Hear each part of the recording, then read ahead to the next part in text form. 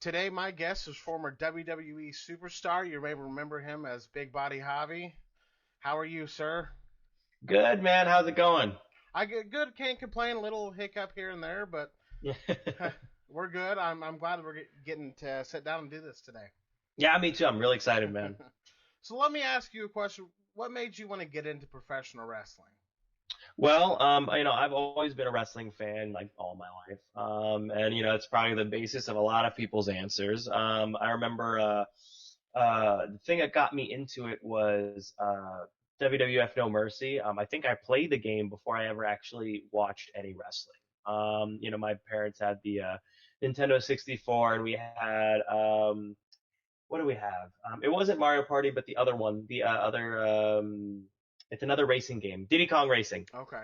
Diddy Kong Racing. We had 007 GoldenEye, and then we had WWF No Mercy, and I just love playing WWF No Mercy. So I think that's what got me into it. And then from there, like it was funny because my mom didn't let us watch wrestling for me and my brother watched wrestling for a little bit because you don't want to try moves on your brother, and then a childhood friend of mine, I'm good buddies with. He lent me a Generation X DVD, but it was back then when they were doing some pretty crazy things. So my mom walked in. I'm like, I swear we're watching wrestling. Like it's wrestling. So I was always skirting around. But eventually, like my mom warmed up to it, and she did say like if I ever got into it, she'd not be very happy and all that. So look at me. So a long road, but I've getting into wrestling, like I love the storytelling, I love the passion, and the honestly the real story driven behind it, and it's like real life in front of you. So, at what age did you finally start pursuing like this was going to be something you were going to do? So it's kind of hard to say. So when I was in high school, I played football, and that was like a big part of my life. But there was always in the back of my head like I know I want to do wrestling. There was a local indie show that came down to where I lived down in South Florida, and I was like, what if I just maybe at least maybe I could become a ref and maybe I get involved that way.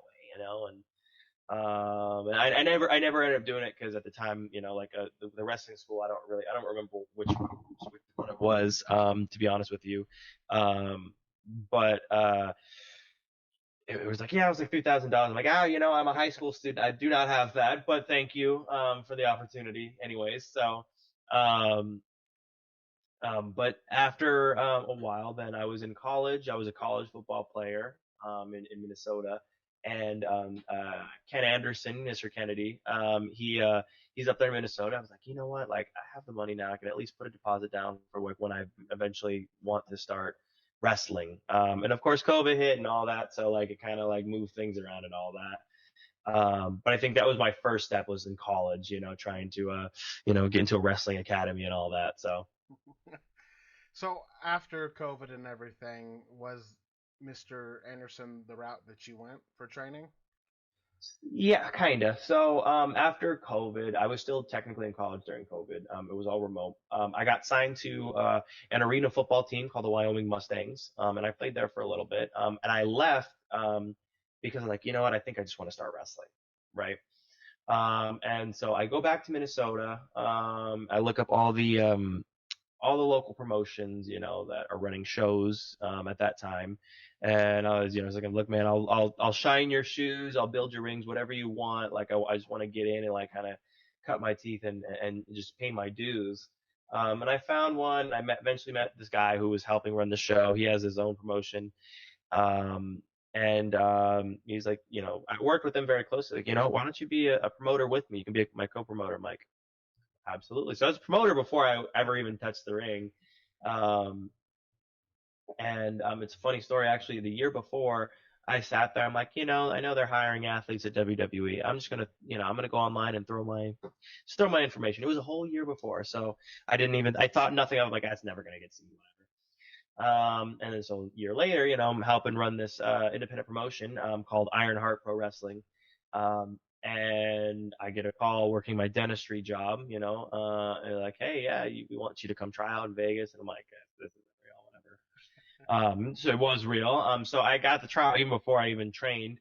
And so then after that, both Ken Anderson and Kate Diamond, they helped me get ready for my trial and helped train me a little bit. I unfortunately just because like it was just a timing of things because I was really like my deposit was like I'd given him like I was ready to start the training immediately. Like I had given him the everything, and then of course it fell through. So I'm like, oh well, whatever, So like and then obviously I get signed to WWE in 2021, and then that's where I started.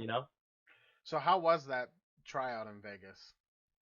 Um, Nerve wracking, I'm uh, sure. it was nerve wracking. It was weird because it was in Las Vegas in the MGM Grand. That's where I met my wife, Tatum Paxley. Uh, it was weird because it was still it wasn't during COVID, but kind of like, so like people were still like wearing masks. So we were wearing masks in between drills in the ring and stuff like that. And it was like a big ballroom in the biggest like hotel in Vegas. So like to get to that area, it was like a 20-minute walk, what it felt like anyways. It was a cool experience. It was just wild. And it was quick because it was in a matter of 2 days. Um, it was fun. It wasn't, I don't know. I didn't, it wasn't really nerve wracking for me.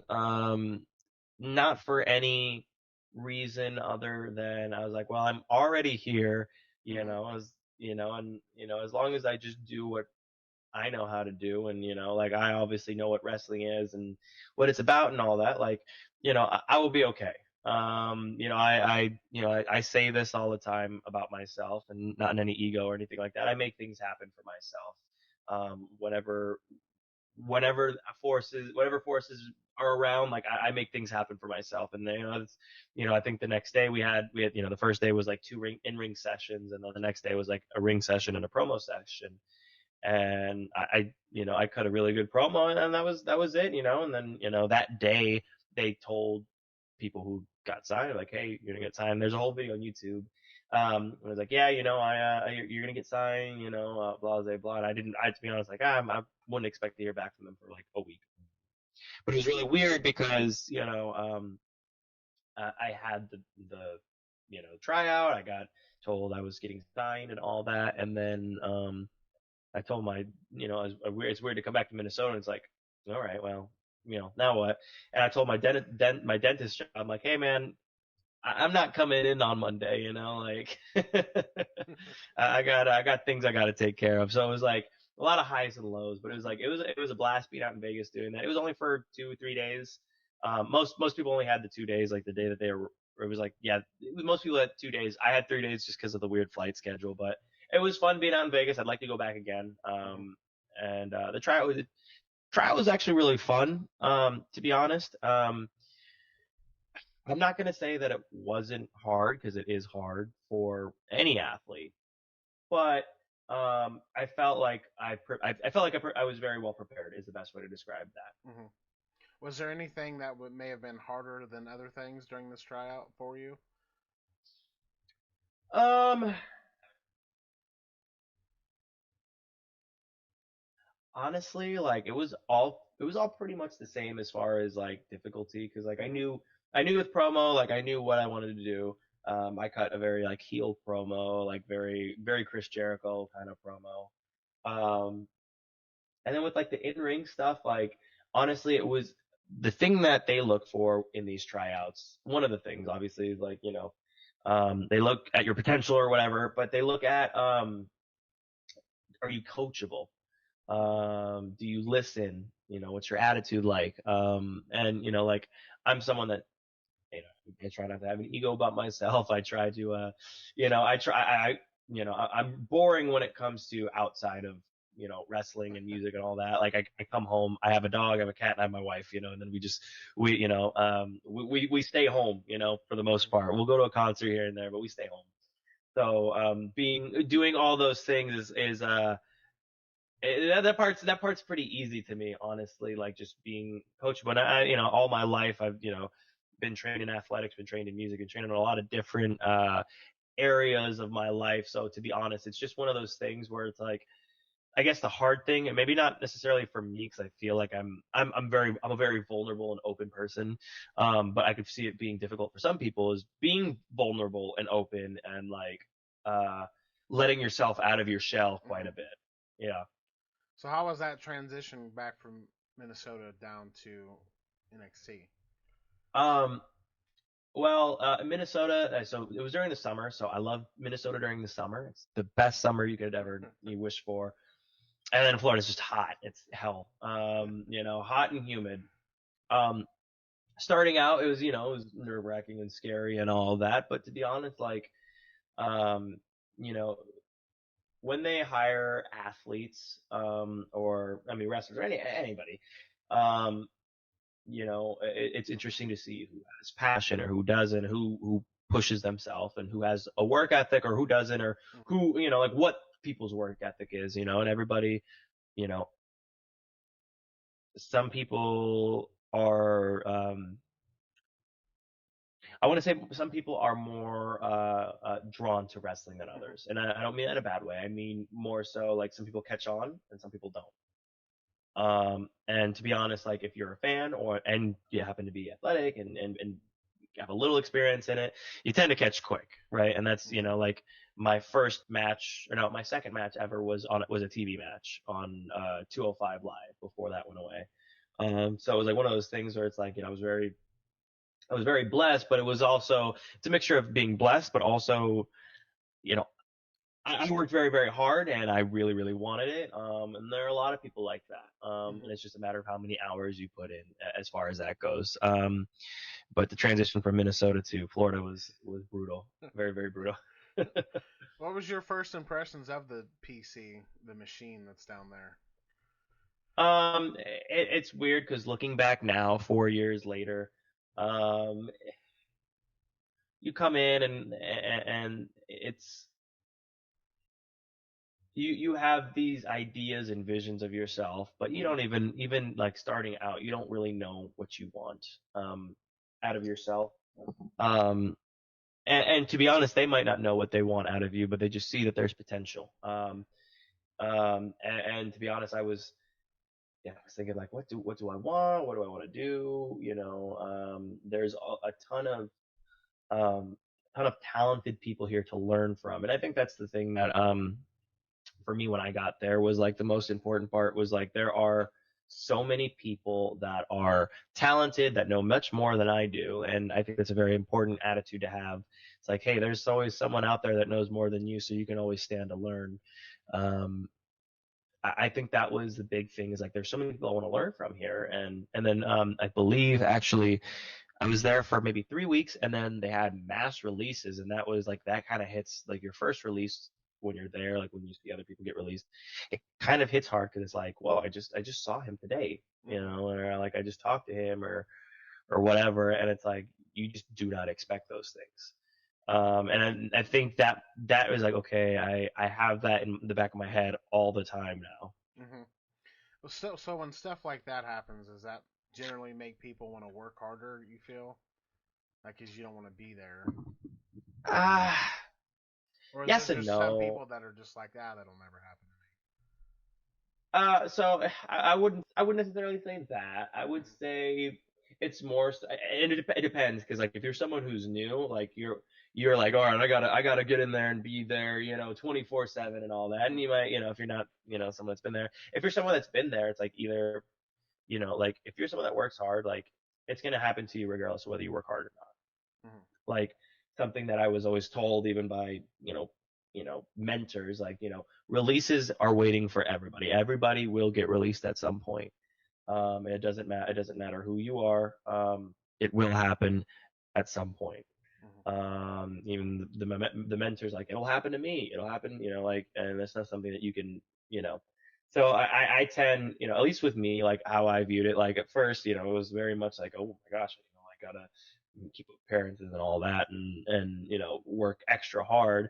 And I already did work very, very hard, but and then after a while you're like, okay, well, there are so many talented people that get released, so many good, I mean, look at our truth, that happened yesterday. People that you would think would never. I mean, and I know he didn't get released. I know his contract renewed. It didn't get renewed or whatever. But people that you wouldn't think like just get let go. It doesn't matter how hard you work. It doesn't matter. Sometimes it just doesn't matter how good you are, how hard you work. Sometimes it just happens. And it's all about getting picked. Unfortunately, if you get picked to get released, that's what you get picked for sometimes, you know. So how was it working with those coaches down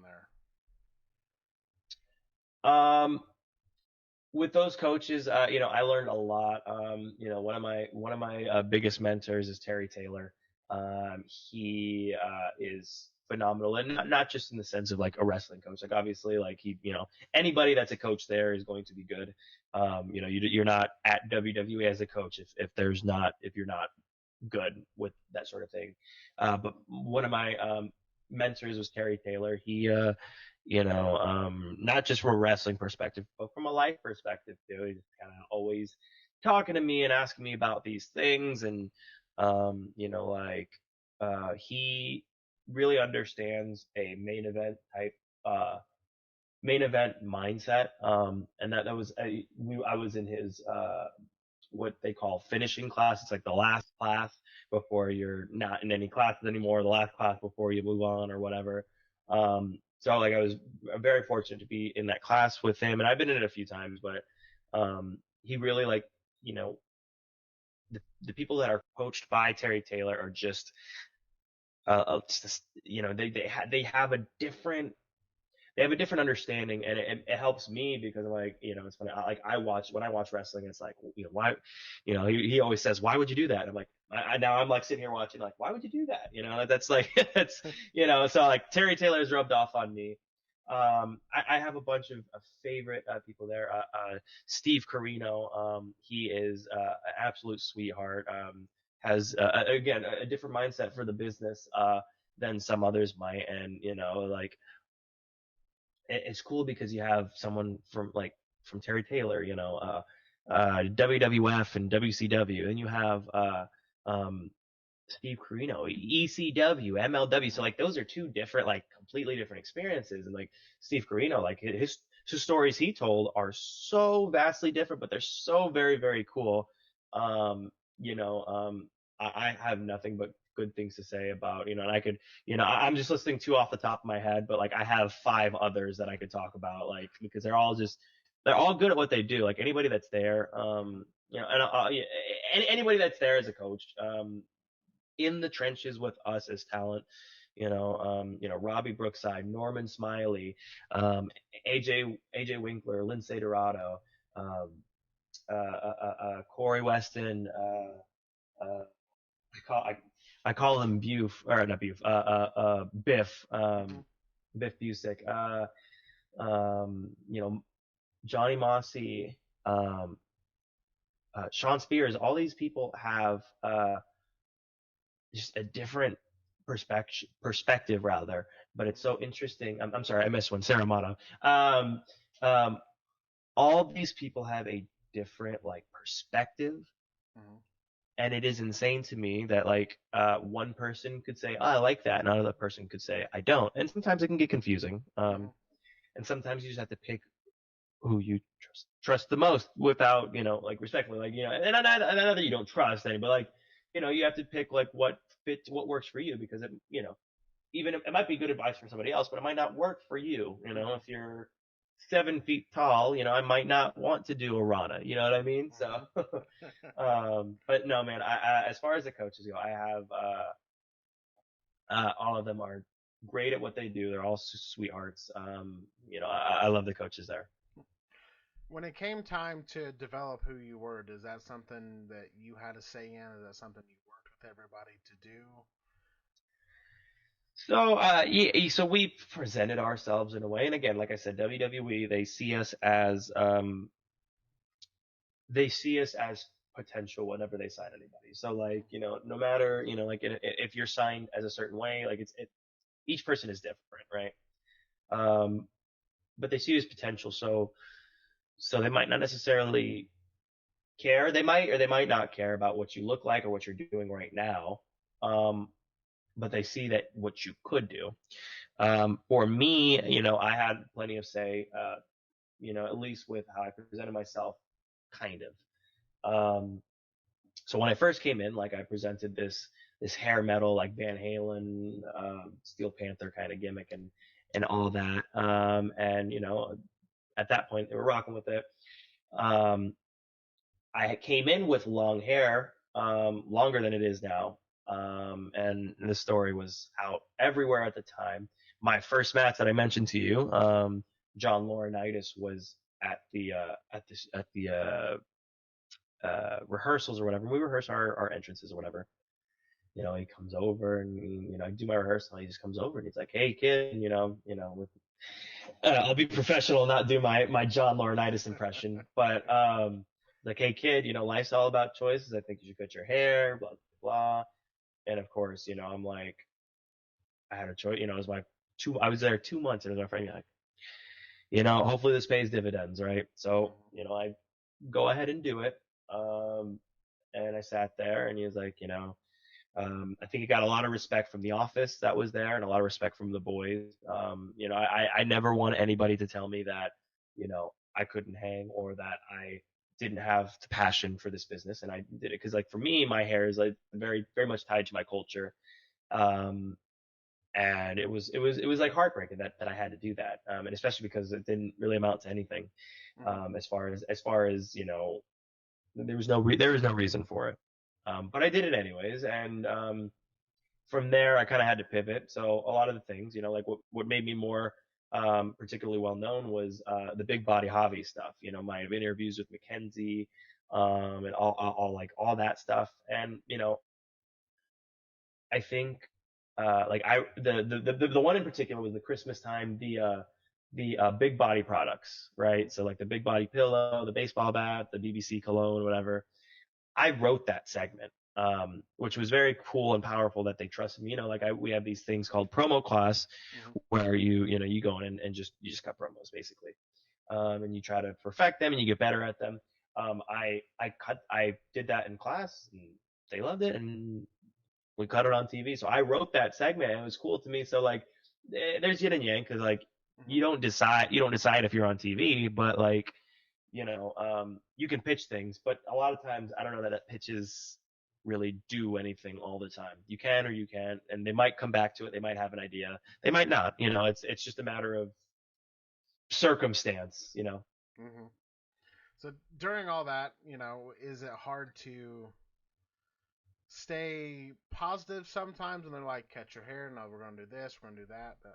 If two different people don't agree with what you're doing, how do you stay positive and focused, really? Well, Uh, put. I'm kidding. It is hard to stay positive, truthfully, and it's a bubble. Because I'm sure, like, NXT and main roster are two different things, and I'm sure main roster comes. I know main roster comes with its own set of things. Good or bad, I don't know. But as far as NXT, you're in a bubble. You see these people every day and all day. You see these people more than you see your own home sometimes. Mm-hmm. Um, and so when like two people are conflicting or they can't agree or like, hey, I have this idea that I think is really good, but you guys don't care about it, it can be frustrating and it does suck. But like if we view it from the perspective of a job of any other job that anyone might have, like it sucks, but it happens all the time. Right. And it's one of those things where the best way to stay positive is to just keep moving forward and to keep pushing on and keep pushing for these things. Honestly, there's no other way than saying it can suck sometimes. Mm-hmm. And it's not, you know, because, WWE bad or anything like that. It's just like any other work. Like they have to make things happen a certain way.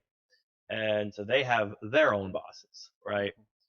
And I like everybody has a boss. So everybody has to answer to somebody. And so, you know, I I understand that from a professional dynamic. Like, if my idea isn't what lines up with your ideas, and you're my boss, like unfortunately that's just what it is. Like Mm-hmm. if I'm working at Walmart and I'm like, like dude, I have this idea that we could sell these, these chicken wings or whatever, and they don't like it, and they're like, all right, well, I guess I'll sell my own chicken wings. It's one of those things where like you have these ideas, and they might be great ideas, but if it's not their idea, or if it's not what they want, then it's one of those things where like, well, it is what it is. So you got to stay positive. You just got to keep stay the course. Was there anything that didn't come to fruition that was supposed to happen for you? Uh, it's hard to say about what's supposed to happen, Yeah. right? So like I had a very good run with NXT doing the big body stuff, and then it just kind of like fizzled in a weird way. Um, and I don't truthfully know why. Like I was told it was like main roster people coming down, this, that, the other. But to be honest, like I had a lot of good skits. I have a lot of good promo ideas.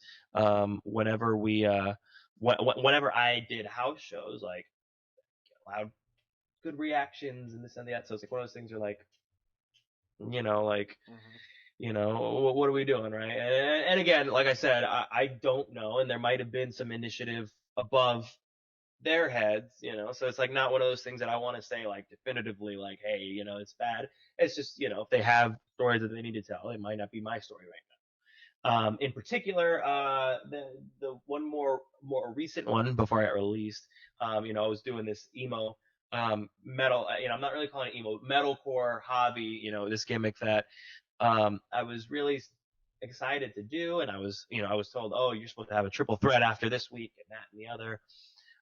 The last match that I had, I'm like, great, and then we had another taping 2 weeks after that, and then I wasn't on. I'm like, do I not have anything? And I was told all these things, and then obviously I kind of pieced it together afterwards in my head, but um, you know, um, there was stories where it was supposed to go after the last thing that you saw from me on Evolve. And unfortunately never did. And, like I, I, I don't, I don't know more specifics, but I do know that, I was supposed to have a triple threat, and then I was supposed to do something else after that. Mm-hmm. Um, and, I was told by someone in the office, like, is like, we want to move this from Evolve to NXT. Um, that's we're looking at you as the guy is the one that from Evolve to NXT, like to bridge that gap, and so it's one of those things where like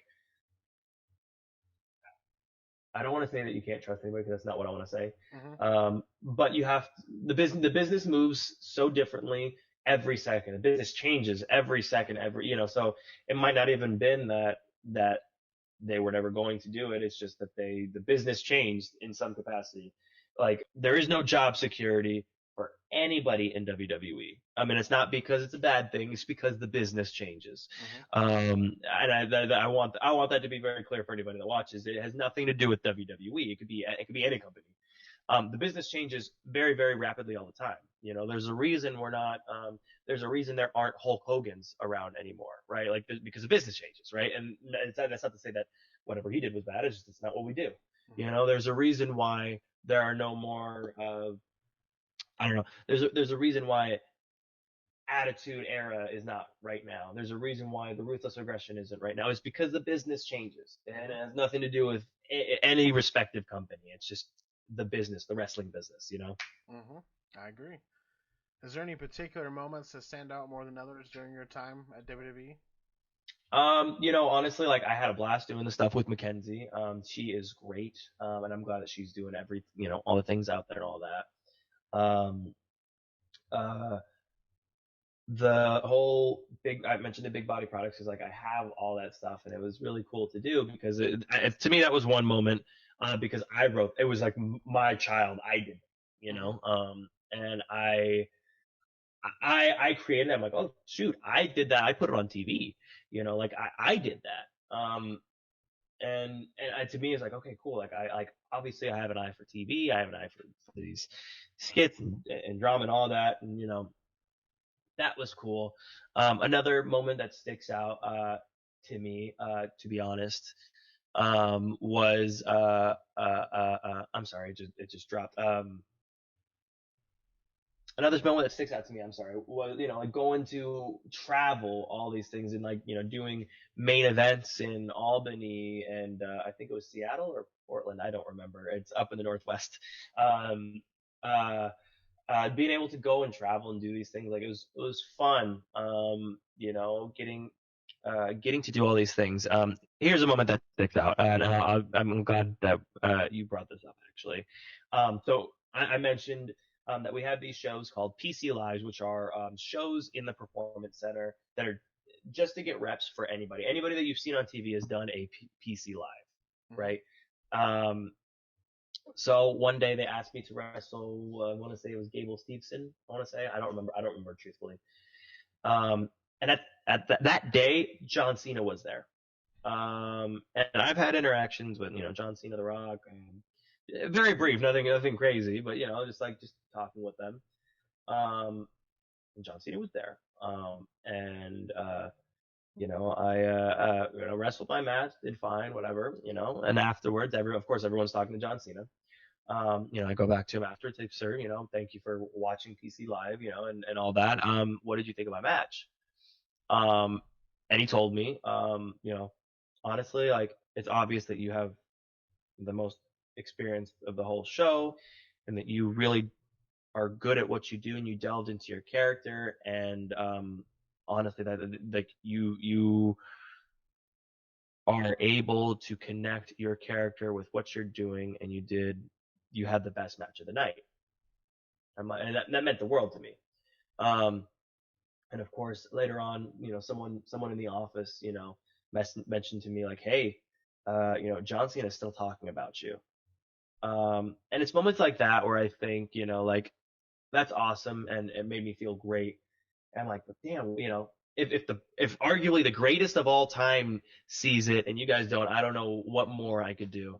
It's like one of those things that gets frustrating, and as a talent. And I'm not blaming anything. I get that there's levels to everything, but it's very frustrating. Like, the greatest of all time just said I had the best match on the card and was putting me over and was still putting me over after he'd walked out of the building. Um, what the hell more could I do? And it made me feel good about myself, obviously, Mm-hmm. and it affirmed that, like, I don't have an ego about myself. I try not to. But I have to. The thing about this is you have to acknowledge that you Mm-hmm. you have to acknowledge what you are, and I am good at what I do. I'm good at wrestling. I'm good at talking. I'm good at a lot of things, and I acknowledge that. But that, like, affirmed it for me. Another time was Booker T, another Hall of Famer.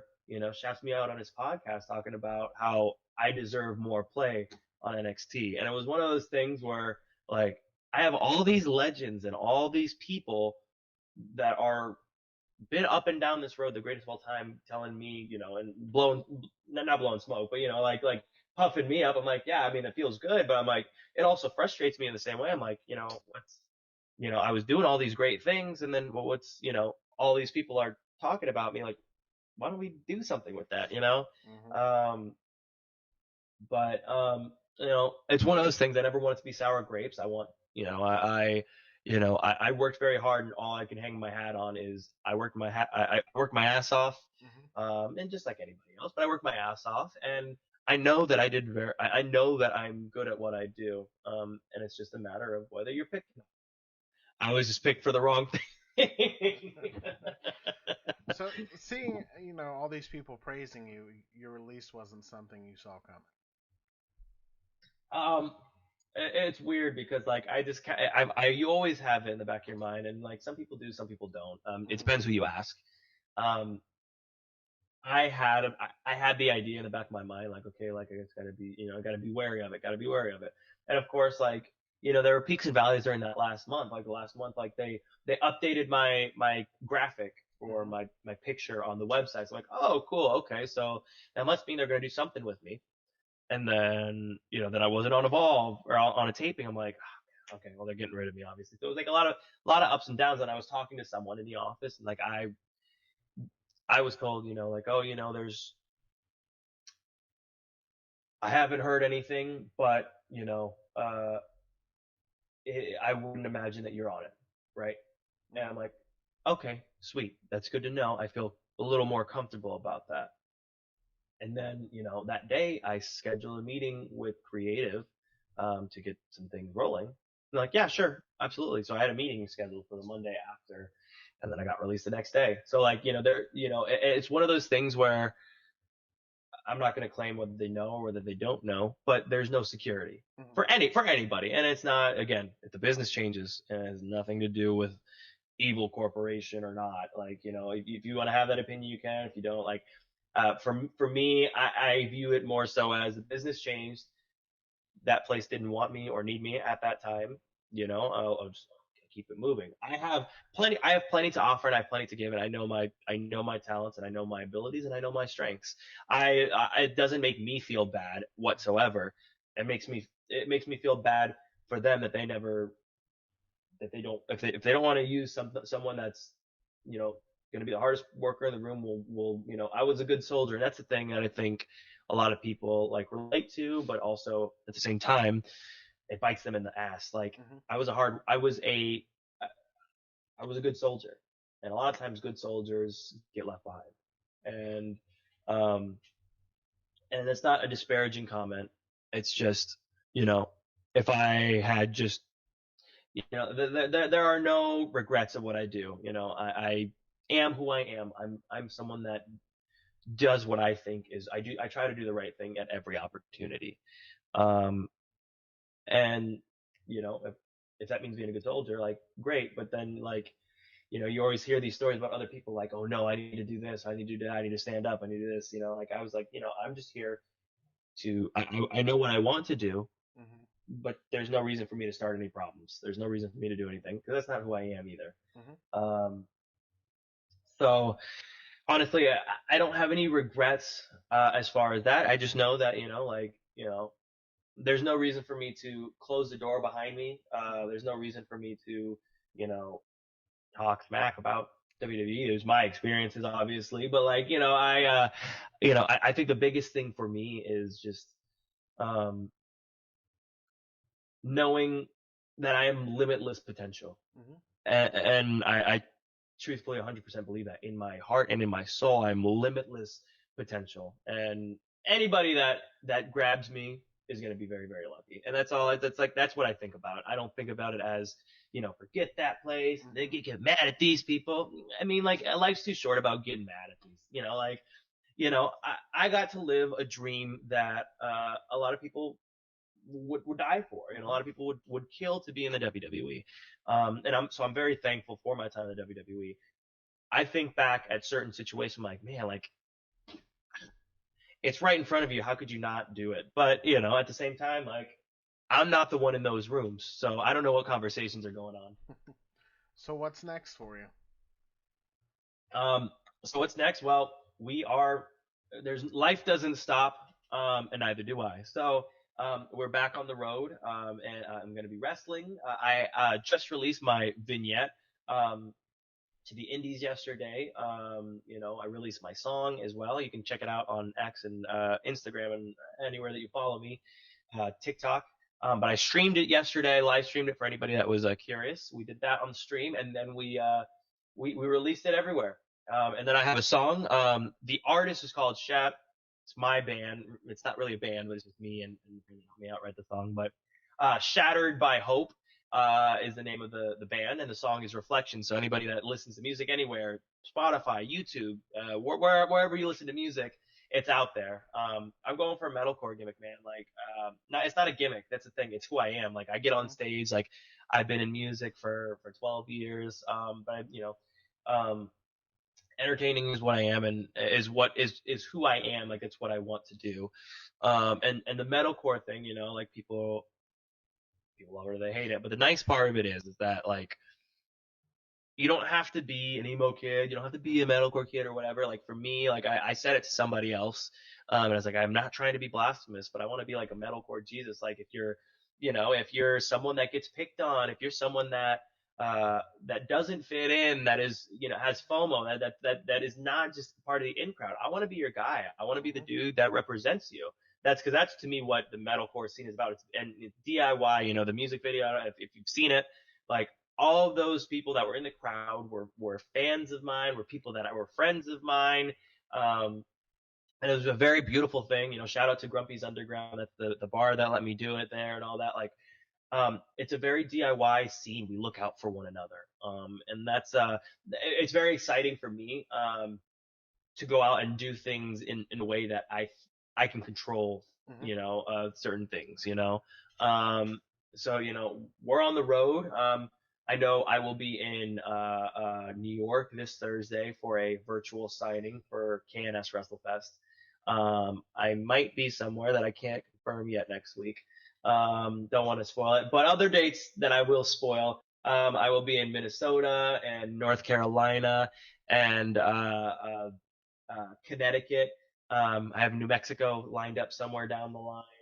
I got a bunch of places, and I want to be everywhere and anywhere. Like one of the things Hmm. about me that was something that was, you know, a part of me in WWE is like I just want to work all the time. I don't care about climbing any ladder or anything like that. Like obviously I want to do as well as I can because of my ability, but like I want to entertain. I want to work all the time. Um, so, I just want to be everywhere, and that's the biggest thing. So I'm going to be obviously still wrestling. A lot of people just fall out of wrestling when they, get released, and that's fine because it might not be their passion anymore. The thing is, I loved wrestling, and I love wrestling, and I want to continue that. I want to continue that passion and still make my living off of it. So, that's definitely there. And on top of that, I will be, streaming as well. It's a nice outlet beyond, and it gives people a chance to get to know me. Um, and who knows, maybe I'll write some more music. I'm not sure yet, but honestly, like I could show up anywhere, AEW, TNA, NWA, anywhere. I would love to go to all the places. Hmm. Not many people know this. My dad was a musician for 40 years on the road, and I was on the road as a baby.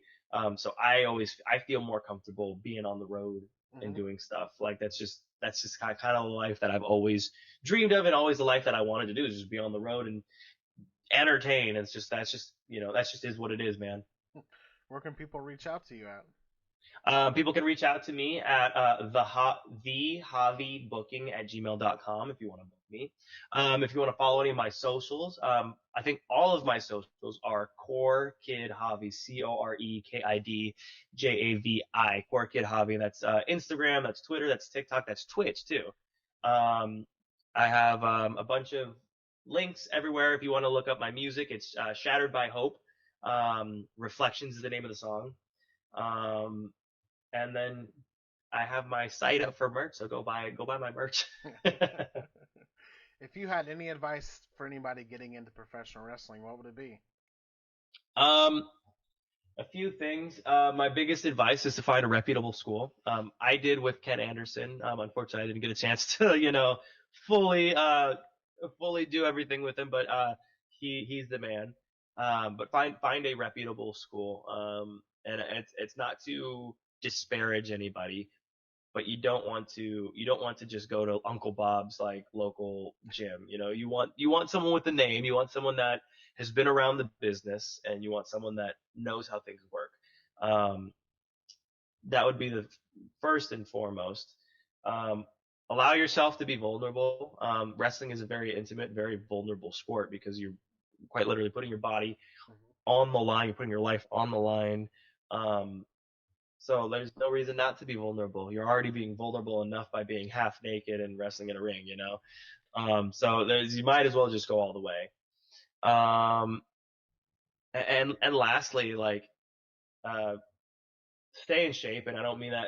I mean that. I don't mean that in like a body way. I mean that in like a breathing way. Because like I've been training at my gear maker's gym, and we have this guy. He's like, I love him. He's like, yeah, he's like, I know I'm big man, but I got a gas tank, and that's what you need. I love people who have gas tanks. People that are big that have gas tanks. They're so fun to work because they'll do athletic things. Like I can't do a moonsault. You can, like, you know what I mean. That's what I love about wrestling is that they're so diverse, like body types. You can be big and jacked. You can be small and not jacked. You could be big and not jacked. And that's the coolest part about this sport, about this world, is that it's so diverse. You can have so many kinds of different people. You just got to find your niche, but stay in shape as far as your cardio goes, please. Well, I just want to say thank you for taking the time out to come on Thank you. today. Thank you for what you've done for professional wrestling and what you continue to do, sir. It's been an honor.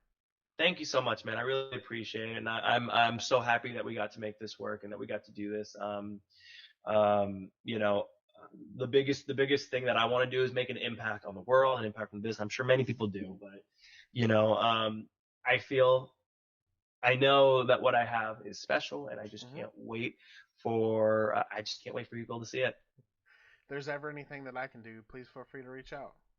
Beautiful, and thank you so much for this interview. It's been wonderful, and it's been a blast. I'd love to do it again. Thank you. Let's do it again.